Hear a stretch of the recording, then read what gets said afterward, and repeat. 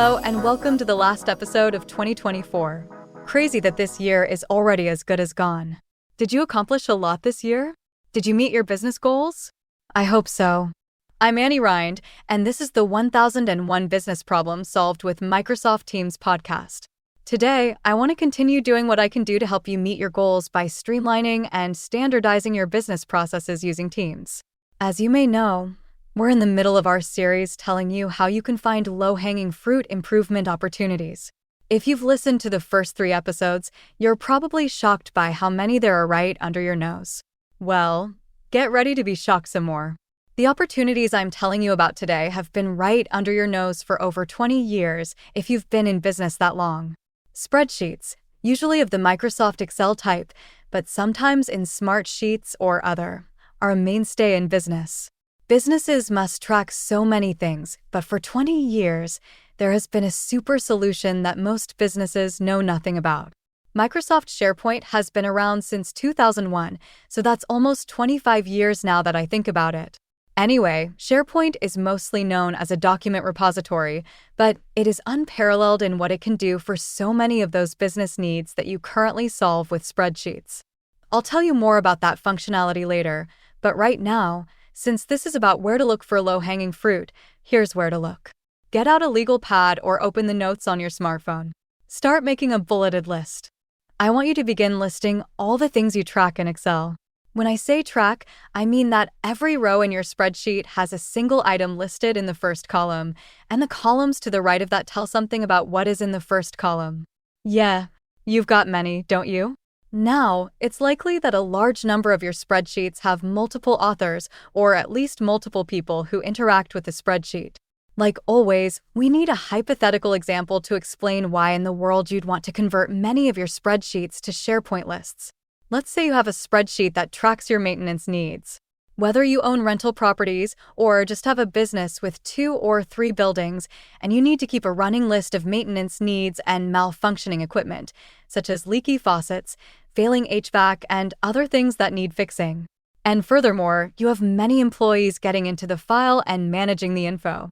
There's the several employees who notice something broken and needing repair. There's the maintenance fellow who needs to see the running list and learn what needs fixing.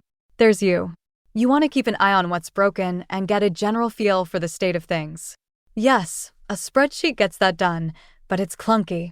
So, Annie, you ask, how can a SharePoint list eliminate the clunkiness and what is in it for me and my business? Well, put on your seatbelts because I'm about to tell you. If you do it right, here's what your maintenance program would look like once you've converted your spreadsheet into a list. To report a broken light fixture or leaky faucet, any employee can simply click the New Item button or link from wherever you want it to be in the Teams environment, even if you want it in several places, and a form pops up.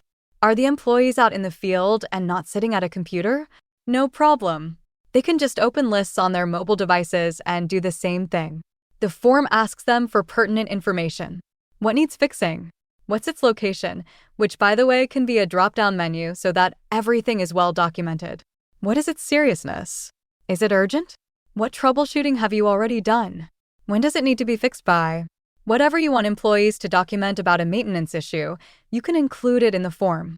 Then, you and the maintenance person can look at highly customizable dashboards that show only active items, hide completed items, show recently completed items, show high-dollar items, or whatever you want to see. Irrelevant information can be hidden. No more sifting through a spreadsheet. No more resorting or filtering humongous tables of information. Only the information you want to see and nothing else. Nice and clean and definitely not clunky. If someone accidentally deletes an item or if someone makes a mistake when editing items, no problem. The list keeps a version history of every row of the table behind the scenes, and you can reinstate it at any time. Do you want the maintenance manager to be notified whenever there's a new item? No problem. Lists will do that. I could go on and on about lists because they're possibly our favorite tool in Teams.